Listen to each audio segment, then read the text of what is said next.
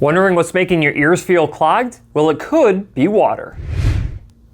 Hey guys, Cliff Olson, Doctor of Audiology and founder of Applied Hearing Solutions in Phoenix, Arizona, and in this video, I'm going to teach you the best way to get water out of your ears. Now, if you're anything like me, you hate the feeling of having water in your ears. As a triathlete, I am constantly at the pool or at the lake, and I swear that every single time that I go, I get some water stuck in my ear canals, and I'm always trying to get it out. Not only does having water inside of your ears feel annoying, but it can actually give you a temporary hearing loss because the water is sitting up against your eardrum. The good news is you can easily get this water out of your ears as long as you have a few tricks up your sleeve. That's why in this video, I want to share 3 ways that you can get this water out of your ears at home, 1 way that you can have it done professionally, 1 way that doesn't work at all, and another way that you should avoid at all costs. Just make sure that you let me know which one of these works for you down in the comment section. So let's quickly talk about why water actually gets stuck in your ears in the first place. And the main reason behind this is surface tension. Now, if you grew up with a hamster like I did, you already have an understanding of this concept because the water bottle that a hamster will drink out of is typically hung upside down. But the water doesn't just come rushing out. It actually stays stuck inside of the bottle until the hamster goes and licks the drinking tube, which breaks the surface tension. And no, I am not telling you to have somebody lick your ears to get the water out of them. What I'm basically saying is you have to break the surface tension, and one of the easiest ways to do that is to literally shake your head like this. If you're able to do this and actually break the surface tension, the water will come flowing out of your ears. Just make sure that you don't strain a neck muscle while you're doing it. If that doesn't work, the second way that you can get water out of your ears is to use an eardrop that has isopropyl alcohol in it. When you put a few drops of isopropyl alcohol inside of the affected ear, it mixes with the water, creating an azeotropic mixture, which actually evaporates quicker than just water alone. If I'm being honest, you don't even really have to get one of the branded eardrops for this. They just come in these really convenient bottles that are easy to apply drops inside of your ear canal rather than trying to dump a bottle of isopropyl alcohol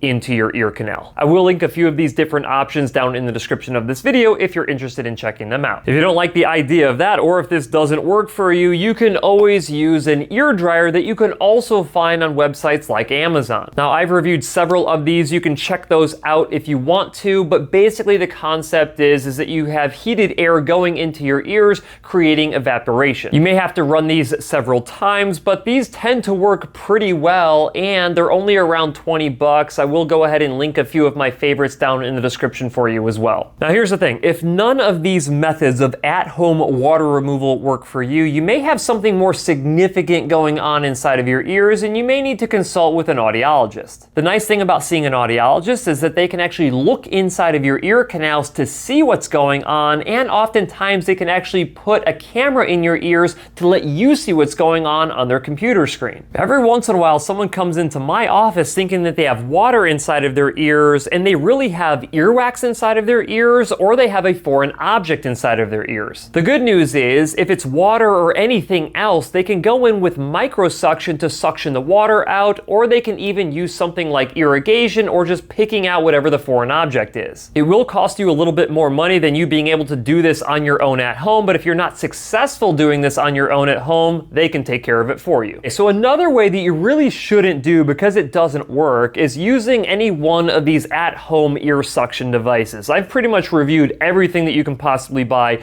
online, and none of them have enough suction to even simply remove water out of your ears. Quite honestly, they're not really that expensive, but you'd be better off just saving your money and letting the water evaporate on its own. But the one thing that you should avoid at all costs is actually using a cotton swab to try to wick the water out of your ear. Yes, a cotton swab would actually get the water out, but because that water is sitting right up against your eardrum, you would have to put that cotton swab all the way down to your eardrum. And because the eardrum is so delicate, you could puncture right through it. The eardrum is literally only 3 thin layers of skin cells, and so it's incredibly easy to damage the eardrum. And if you do this, just expect a lot of pain and a potentially permanent hearing loss that will actually make it feel like you have water permanently stuck inside of your ears. Trust me, I have seen a lot of people try to get water out of their ears using a Q-tip, and it never ends well. Having water inside of your ears is not a medical emergency, so please don't turn it into one. Now, if you let the water stay inside of your ears for too long, that can be a bad thing because having water inside of your ears can lead to bacterial growth,